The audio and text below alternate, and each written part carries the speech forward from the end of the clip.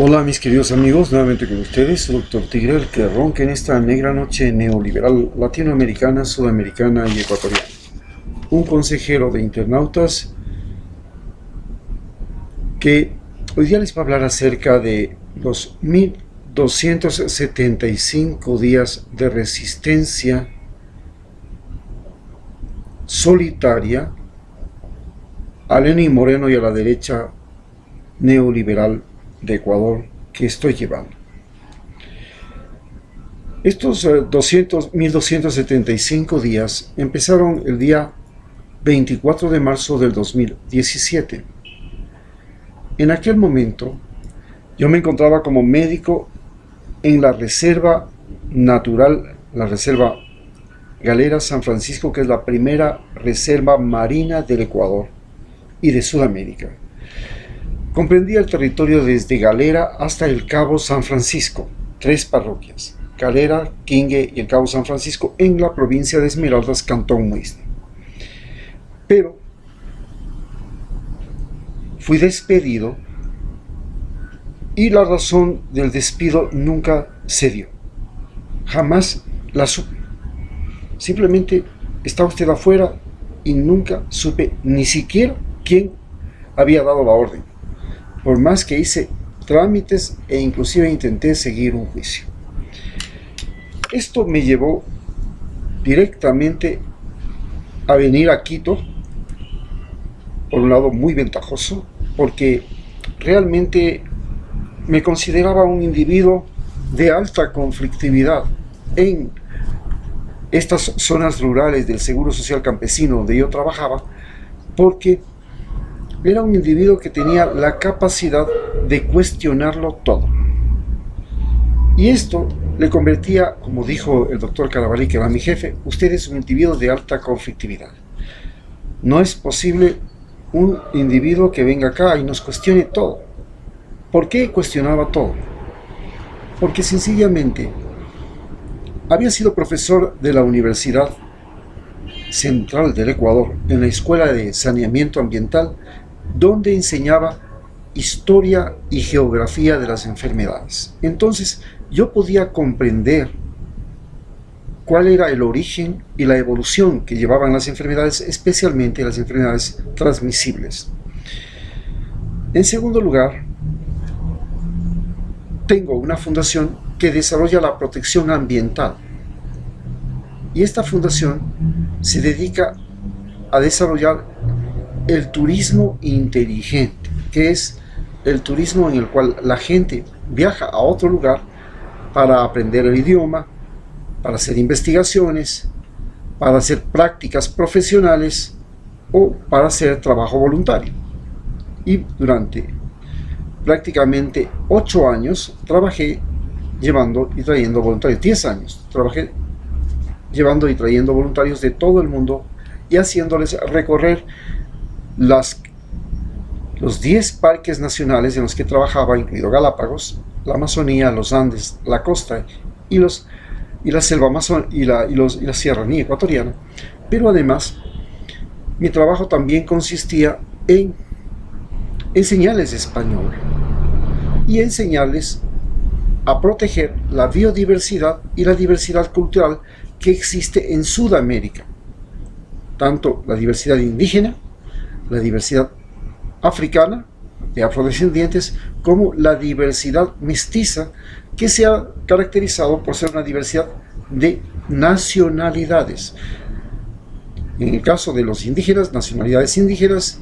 En el caso de los afro, de acuerdo a las nacionalidades, son básicamente identificación por la zona geográfica, andinos y tropicales, y en el caso de las nacionalidades mestizas, que son fundamentalmente por divisiones geográficas, quiteños, guayaquileños, cuencanos, de cada provincia que tienen diferente dialecto, y de cada país, venezolanos, colombianos, argentinos, brasileños. Todo eso es lo que yo les enseñaba a reconocer. Cuando llega mi despido, tengo que regresar a Quito y empiezo entonces esta serie de programas que ustedes están viendo, porque decido enfrentar y confrontar a Lenín Moreno. ¿Por qué decido confrontar a Lenín Moreno?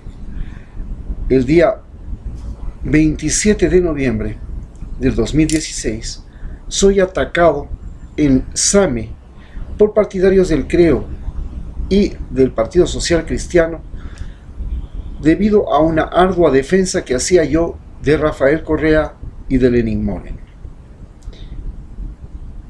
Era increíble que el día 24 de marzo, todavía estando en la presidencia Rafael Correa, yo haya sido despedido, porque además era un médico de la zona del terremoto. Y de acuerdo con la ley de emergencia de ese momento, no se podía despedir a los médicos que estaban trabajando en esa área. Yo tenía un contrato no permanente, tenía un contrato por año, tenía que renovarlo cada año. Había renovado ese contrato 5 años, había trabajado 5 años con el Seguro Social Campesino. Cuando llego a enterarme, ya llega al poder Lenín Moreno, voy al Ministerio de Trabajo y comienzo a enterarme de todas las argucias, de todas las trampas y de toda la suciedad que había ingresado al poder con Lenín Moreno, comenzando por el ministro de Trabajo. Luego comienzo a ver cómo funcionan las cortes, porque trato de hacer demandas judiciales. Comienzo a ver cómo funciona el Seguro Social Campesino y el Seguro Social General. Comienzo a examinar todos los detalles, me voy dando cuenta de que hubo una traición.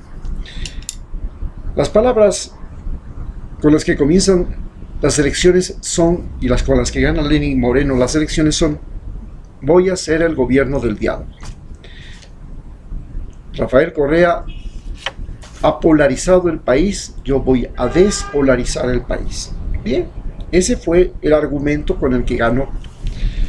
Pero además prometía la continuación del proceso de lo que se llamaba la Revolución Ciudadana, que era un proceso mediante el cual el Estado era el principal motor social de cambio y no la empresa privada.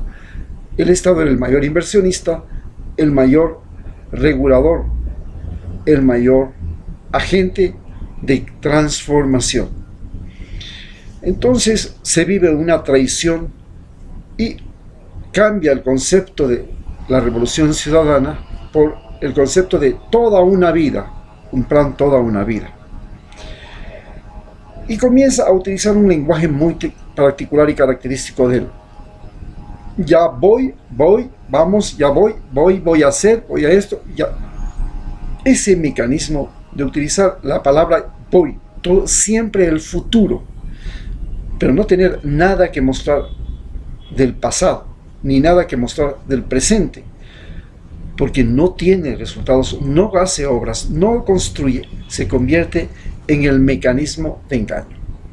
Comienzo a oír este discurso del ya voy, punto. Posteriormente, vengo a Quito y comienzo a relacionarme con la gente que está muy vinculada al gobierno de Lenín Moreno, es decir, la gente de Alianza País. Entre esas tengo una hermana que fue candidata a concejal por la provincia de Pichincha en el cantón Rumiñahui. Y comienzo a darme cuenta de toda la doble moral con la que habíamos vivido. Esta doble moral no había sido solamente una doble moral del gobierno de Lenín Moreno, era una doble moral que existía en Quito, en mi propia familia. Y en mi propia familia descubro que hay gente que ha muerto, asesinada, y hay personas que se beneficiaron de esa muerte. Luego, comienzo a darme cuenta de que en el Ecuador, cuando llega Lenín Moreno, comienza la idea de la apropiación de la herencia de Rafael Correa. En mi casa, en mi familia, había comenzado la apropiación de los bienes que me dejó mi familia. Mi padre no era un hombre pobre, era un hombre rico. Entonces, comienza una pelea por los bienes de la familia, y mientras eso pasa en Ecuador, Donald Trump en Estados Unidos, junto con los multimillonarios de Estados Unidos, comienza a apropiarse también, no solamente de el ejército norteamericano, que es su principal herramienta, sino que comienza también a apropiarse de todo lo que es la inversión y obliga a los norteamericanos a salir de China y del mundo y migrar sus inversiones a los Estados Unidos, canaliza los recursos del Estado para pretender crear un muro entre México y Estados Unidos y al mismo tiempo comienza a utilizar los medios de comunicación para crear una imagen. Producto de la apropiación de lo que fue el gobierno, los cargos públicos, las instituciones, los recursos naturales del país, petróleo, madera, etc., pero además las relaciones internacionales de Ecuador, embajadas, becas, y no solamente eso, sino que Lenín Moreno se apropia además de la deuda externa y logra endeudar al país y repartirse esa deuda entre sus aliados y colaboradores, dejándonos a nosotros una deuda a pagar por generaciones. Entonces comienza la apropiación de la herencia de Correa, y la condición de la apropiación de la herencia de Correa es que viene el Fondo Monetario Internacional y le dice, le facilita esta apropiación, le dice, le voy a dar dinero, pero usted tiene que reducir los cargos públicos, usted tiene que reducir el tamaño del Estado, tiene que quitar los subsidios, usted tiene que liberar los intereses bancarios, la circulación de capitales. Y entonces comienza, y por supuesto la prensa, tiene que desregularizar la prensa, tiene que desregularizarlo todo, ¿no? Muy bien. Como consecuencia de eso, tenemos que se comienza a hacer una promoción, se crea una masa de desocupados tremenda, porque salen decenas de miles de trabajadores del Estado, del gobierno de Lenín Moreno, pero comienza una promoción del emprendimiento. ¿Qué es ser emprendedor en Ecuador? El emprendedor en Ecuador es un individuo que él mismo tiene que pagarse su salario, tiene que pagarse su seguro, tiene que pagarse el local en el que vive, el que arrienda, tiene que pagar la luz, el agua y todo. Y por tanto es un individuo absolutamente expuesto a que si mañana la competencia lo saca del mercado, se queda con la deuda, no tiene seguro, no tiene nada. Es decir, el emprendedor en Ecuador es un simple, óigame bien, es un desocupado tratando de ocuparse. Es el desempleo camuflado. Lo mismo pasa con los informales.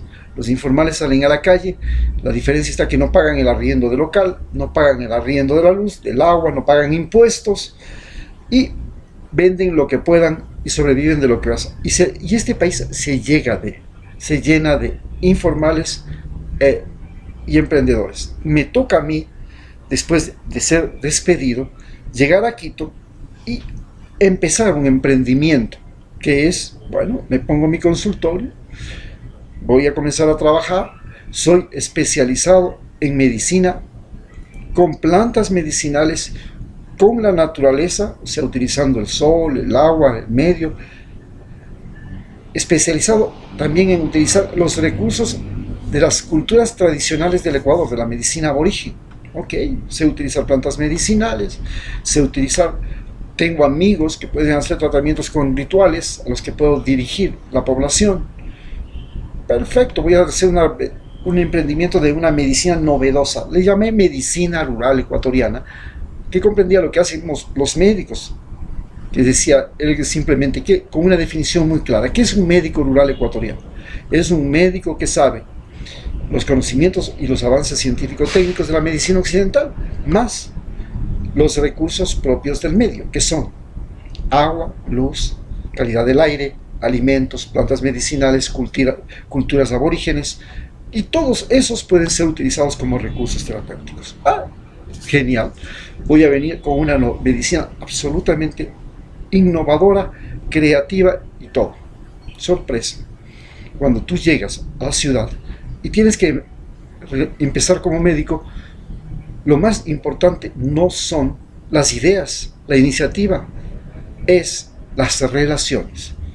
Entonces el médico le manda al laboratorista, el laboratorista le manda al médico, el otro médico le manda al cirujano, el otro médico le manda al dermatólogo, el otro médico. Es una red, es un tejido.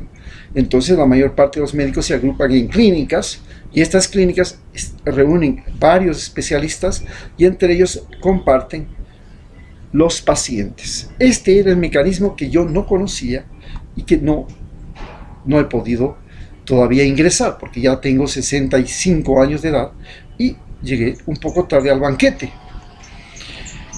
Bien, entre tanto eso me pasaba a mí. ¿Qué pasaba en el Ecuador? Pues comenzaron a crearse privilegiados, se comenzaron a dar créditos, pero para los créditos se necesitan garantías, requisitos. Todo el mundo comenzó a endeudarse. En Ecuador todos comenzaron a endeudarse porque estaban en la calle y tenían que endeudarse con la tarjeta, tenían que endeudarse con el agua, tenían que endeudarse con la luz, tenían que endeudarse con la deuda del carro que habían comprometido, con la casa que habían comprado, y estaban en la calle. Se crea un país de endeudados, igual que Chile. Y estos endeudados, el rato menos pensado, se dan cuenta de que en el país existe un aparato legal tramposísimo.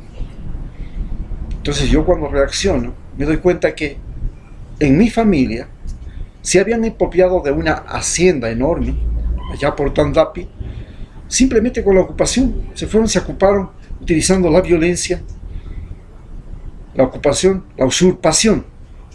Se quedaron ahí y habían pasado muchos años. Después, otros bienes, el mecanismo de usurpación. Ok, eso pasaba en la familia. ¿Qué pasaba en Ecuador? En Ecuador se crea un sistema de leyes. Entonces, los medios de comunicación ahora pueden dictar sentencia. ¿Cómo es eso? Los medios de comunicación que antes competían con los medios públicos y los medios incautados manejados por el gobierno de Rafael Correa, ahora todos son uno solo, se forman un solo clan, todos contra Correa, y tienen la capacidad de decir: él es inocente, él es culpable. Los dueños de los medios de comunicación, y Lenin Moreno, dueño de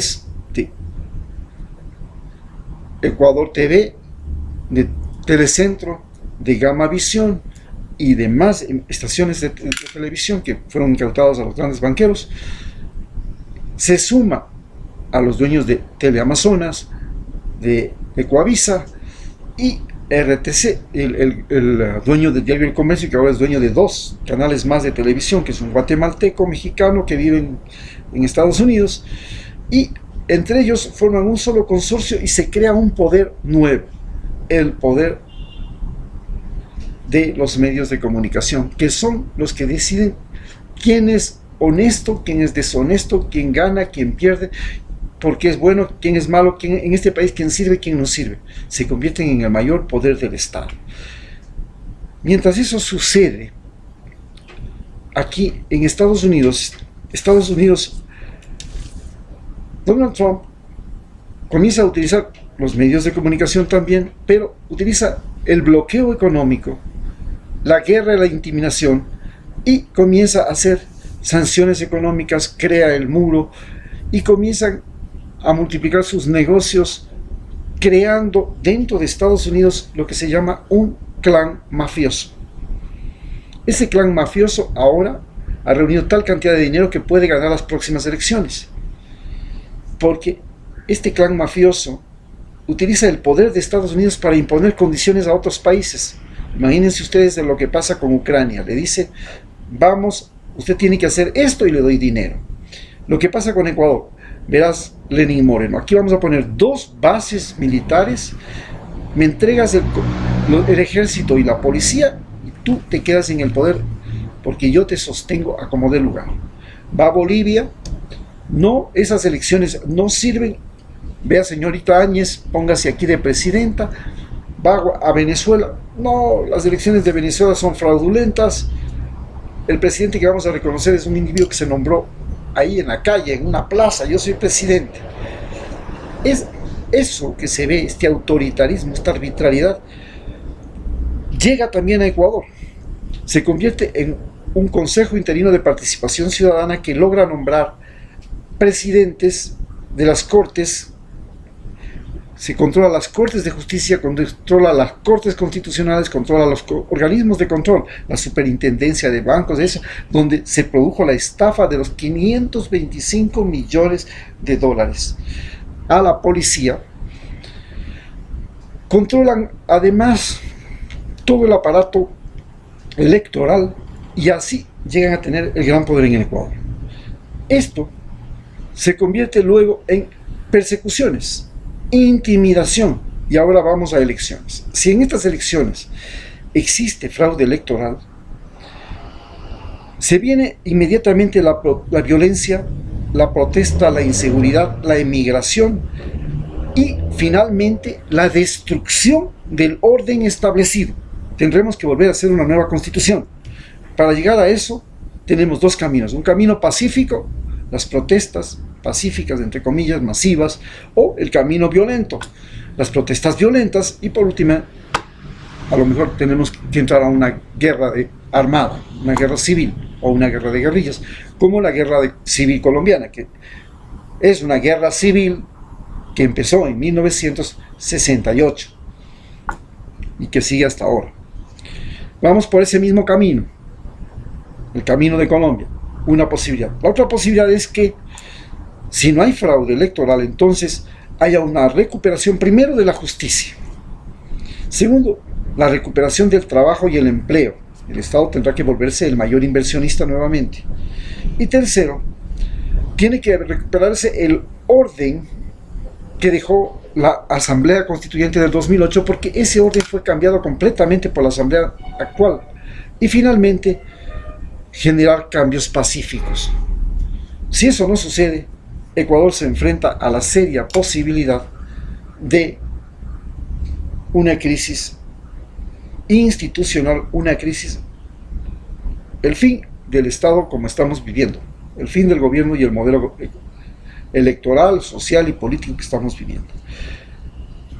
Ante esto, por ejemplo, Estados Unidos se encuentra en la misma circunstancia terrible. Donald Trump no quiere reconocer ya las elecciones, señala que va a haber fraude, y para asegurarse de que haya la posibilidad de declarar fraude si pierde las elecciones, inclusive ahora tiene la mayoría de la Corte de los Estados Unidos, del Poder Judicial. Acaba de apropiarse con una juez y ahora son mayoría, y él puede declarar que esas elecciones son fraudulentas en este momento. No solamente que puede hacer eso, sino que él no necesitó hacer una declaración de impuestos para ser presidente. Había pagado menos impuestos que lo que yo he pagado y los que yo pagaba como médico. Imagínense ustedes, yo pagaba más impuestos que Donald Trump cuando trabajaba como médico del Seguro Social Campesino de un pueblito, de un pueblucho. Hoy, Donald Trump no ha pagado 10 años de los 15 años últimos, y el último año pagó $750 menos que lo que yo pagué de impuestos. ¿Puede usted imaginarse cómo la mafia se convirtió en poder en Estados Unidos? No digo la mafia del narcotráfico, se creó una nueva mafia, la mafia de los multimillonarios evasores de impuestos. Esa mafia de los multimillonarios evasores de impuestos se convirtieron en poder político en Estados Unidos. Y Donald Trump no solamente que les liberó de impuestos durante su gobierno y les multiplicó las ganancias, sino que los nombró ministros. Ese punto es lo que va y a dónde evoluciona Estados Unidos. Muchas gracias.